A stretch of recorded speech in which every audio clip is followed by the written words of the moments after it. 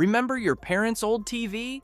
That bulky Sony Trinitron sitting in the living room from 1995 to 2010, working perfectly fine when they finally replaced it, not because it broke, but because they wanted something flat that didn't weigh 200 pounds? 15 years of flawless service, then passed along to a college kid who got another 5 years out of it. Now walk into Best Buy and ask the sales associate about TV lifespan. If they're honest, they'll tell you 5 to 7 years, maybe 10 if you're lucky, and treat it like a newborn. That's not your imagination. Modern TVs genuinely don't last as long as the CRT sets they replaced, and the reasons why reveal everything that's changed about how electronics are designed, manufactured, and sold in 2026. Your $800 smart TV is engineered differently than that $500 CRT from 2000, and not all those differences work in your favor. The numbers don't lie. Let's start with the data because it's pretty stark. Research studies tracking TV lifespan across different technologies found that CRT televisions had an average lifespan of 15 years. That wasn't an outlier, that was the median. Half of all CRT TVs lasted even longer than 15 years. Modern LCD and LED TVs? The same research found an average lifespan of just 6 years. That's based on actual discard data from Sweden tracking what happened to TVs sold between 1996 and 2014. And here's the kicker. Over 40% of LCD and LED TVs were discarded within the first 5 years. By comparison, only 20% of CRT TVs got tossed in their first 5 years. The numbers from repair technicians tell a similar story. Sony, which has the best reliability rating among modern TV brands, still sees an estimated 3% to 5% failure rate within the first 5 years, according to Consumer Reports data.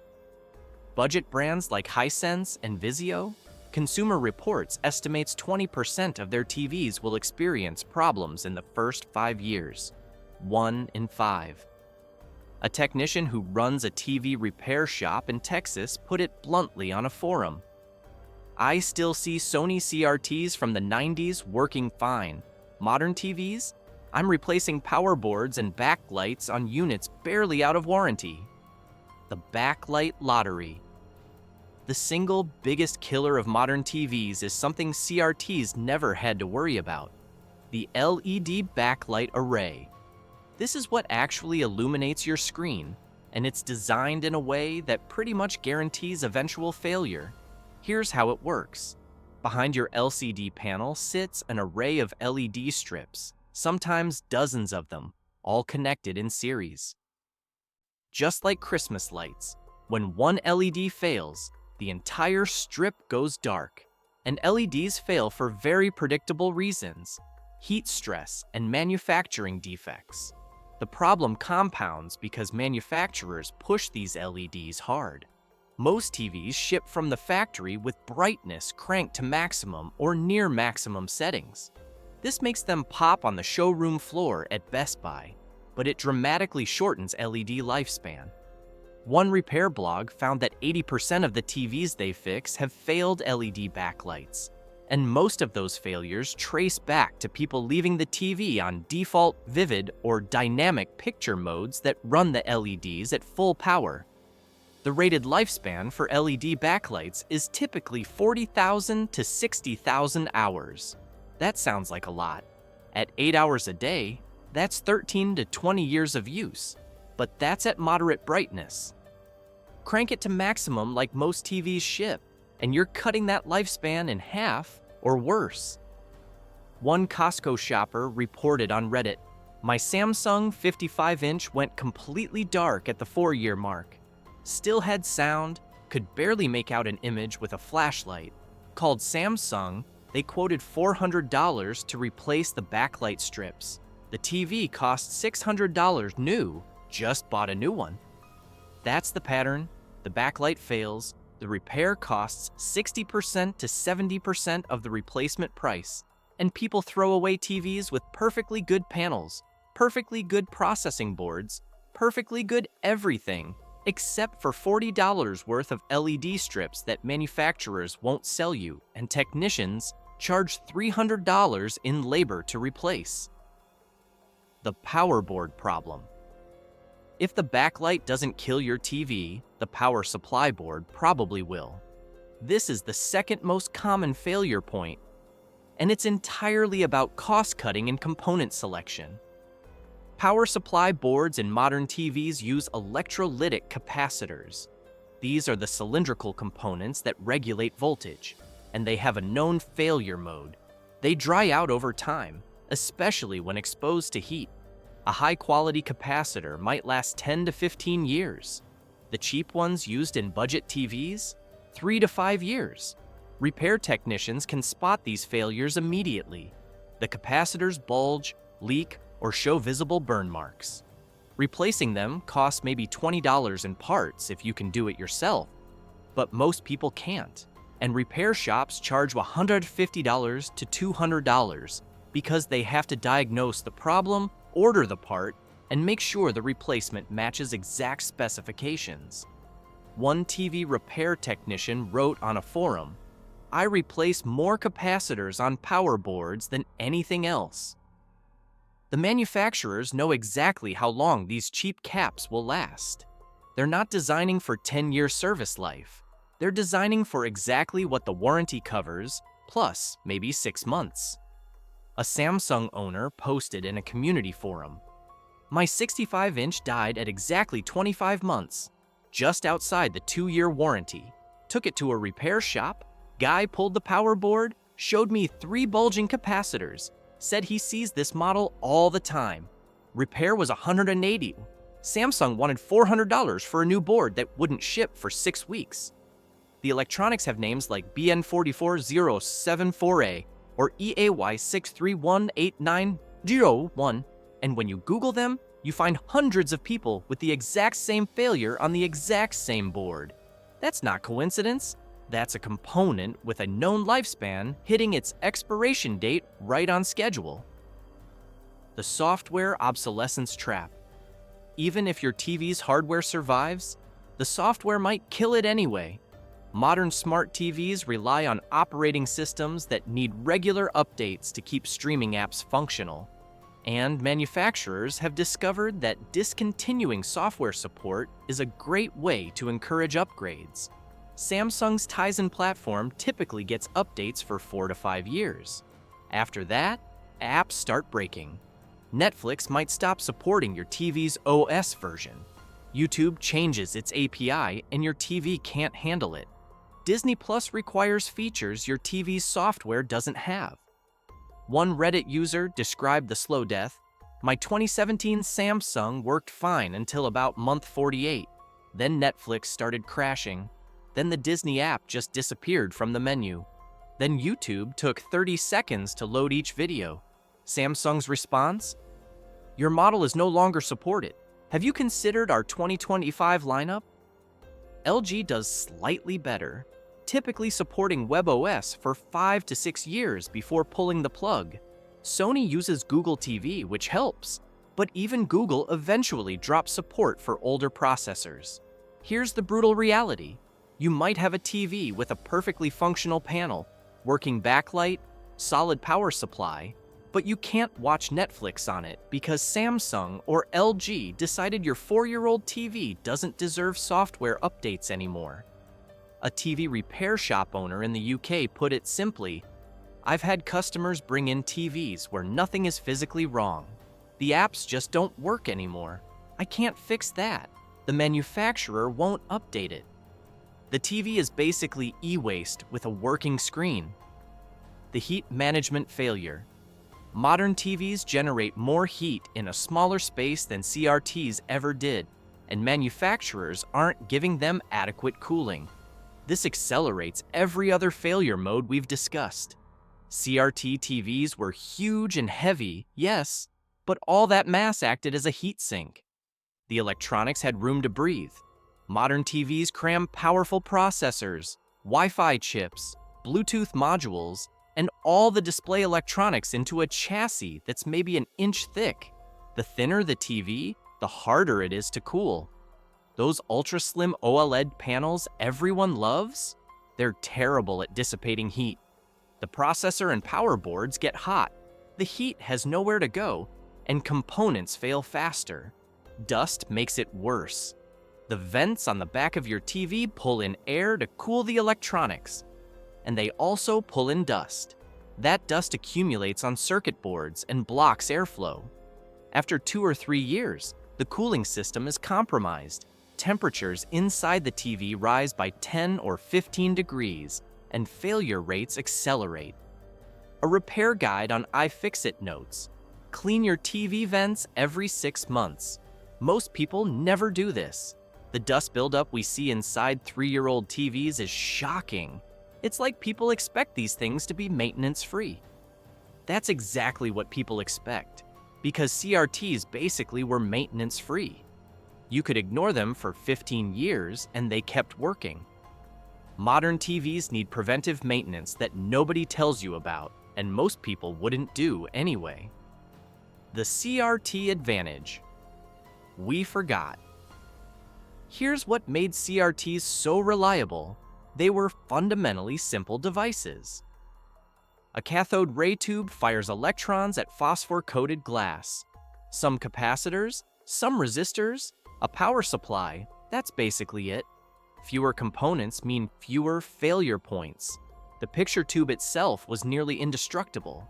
Phosphors could fade over time, reducing brightness, but it took decades. The only common failure mode was the flyback transformer, and even that usually lasted 10+ years.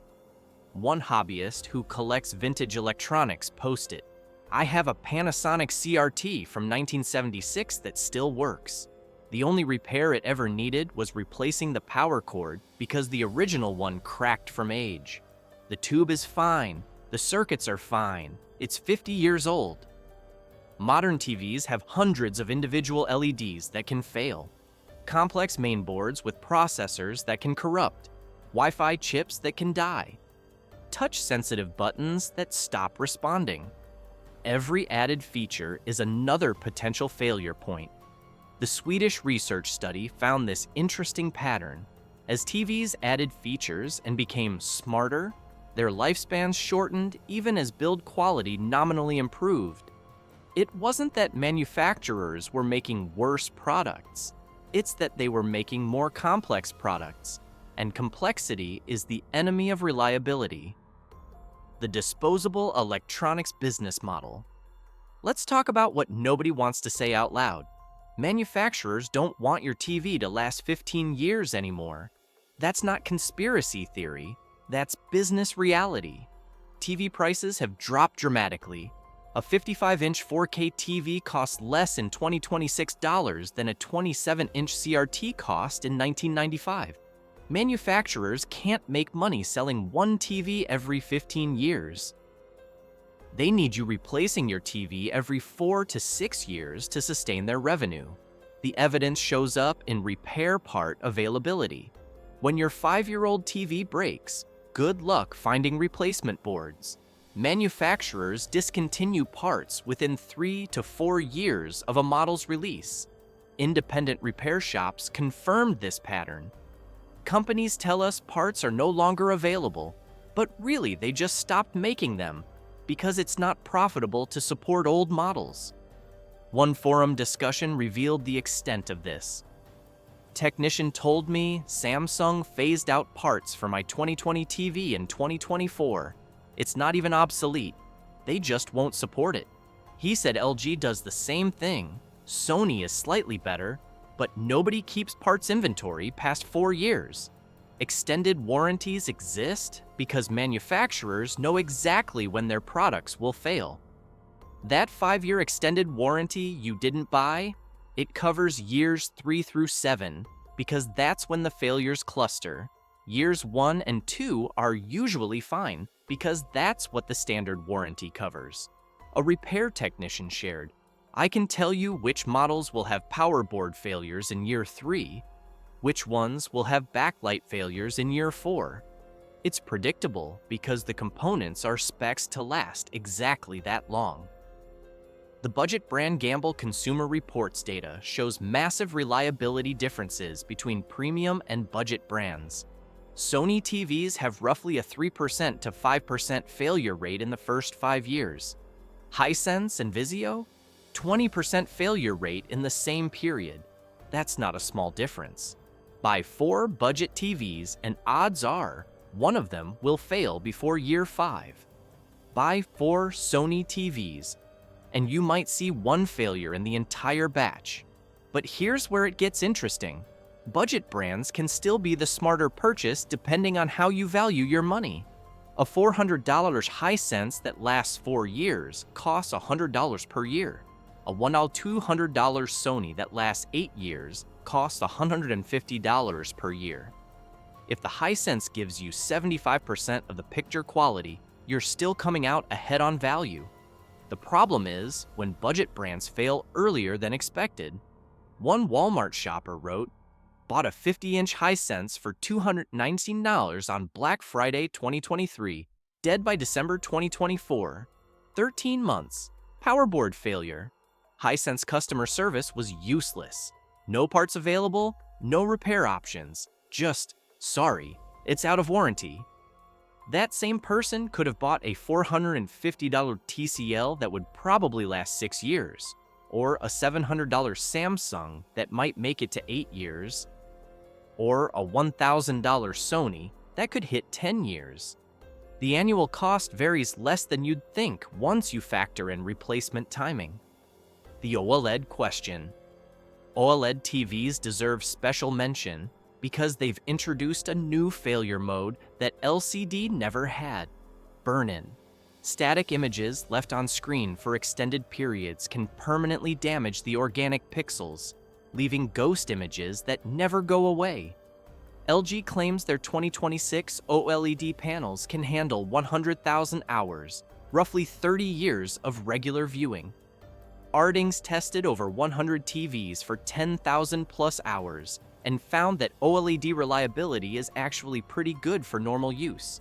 But the burn-in risk is real if you watch a lot of news channels with static tickers, or if you game with static UI elements.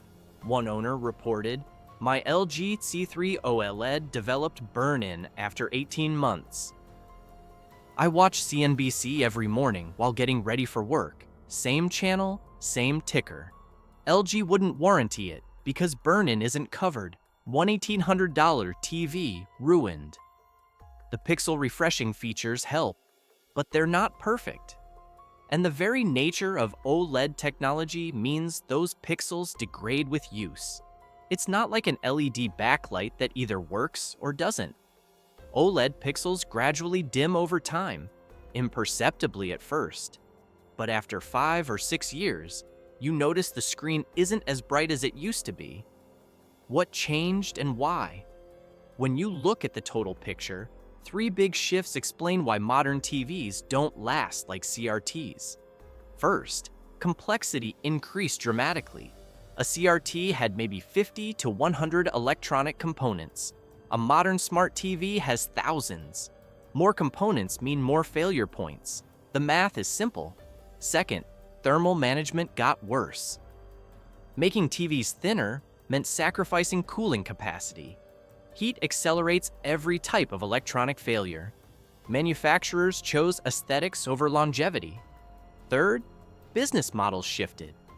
When CRTs cost $500 and TVs were replaced every 10 to 15 years, manufacturers could afford to build for durability. Now TVs cost $300 to $600, margins are thin, and companies need shorter replacement cycles to stay profitable. They're not building TVs to fail, exactly, but they're definitely not engineering them to last 15 years either. A former Samsung engineer, speaking anonymously on Reddit, confirmed this. "We designed to hit a price point and a warranty period. If that means using cheaper capacitors that last 4 years instead of 10 years, but save $3 per unit, that's what we do. Nobody's malicious about it. It's just economics." The bottom line. Your parents' TV lasted 15 years because it was simpler, cooler running, and built when business models supported longevity. Your TV will last 5 to 7 years, maybe 10 if you're careful and lucky, because it's complex, runs hot, and exists in a market that needs you buying a new one every half decade. That doesn't mean modern TVs are bad. The picture quality on a $500 TV in 2026 would have cost $10,000 in $2,000. The features are incredible. The prices are amazingly low. But you're not buying a 15-year appliance anymore. You're buying a 5 to 7-year consumer electronic, and you should budget accordingly. If you want to maximize lifespan, here's what actually works. Buy Sony or LG if you can afford the premium. Turn down the brightness and avoid vivid picture modes. Clean the vents twice a year. Use a surge protector. And maybe most important, buy a good streaming stick and don't rely on the TV's built-in smart features, because that external Roku or Apple TV can be replaced for $50 when it eventually breaks or becomes obsolete.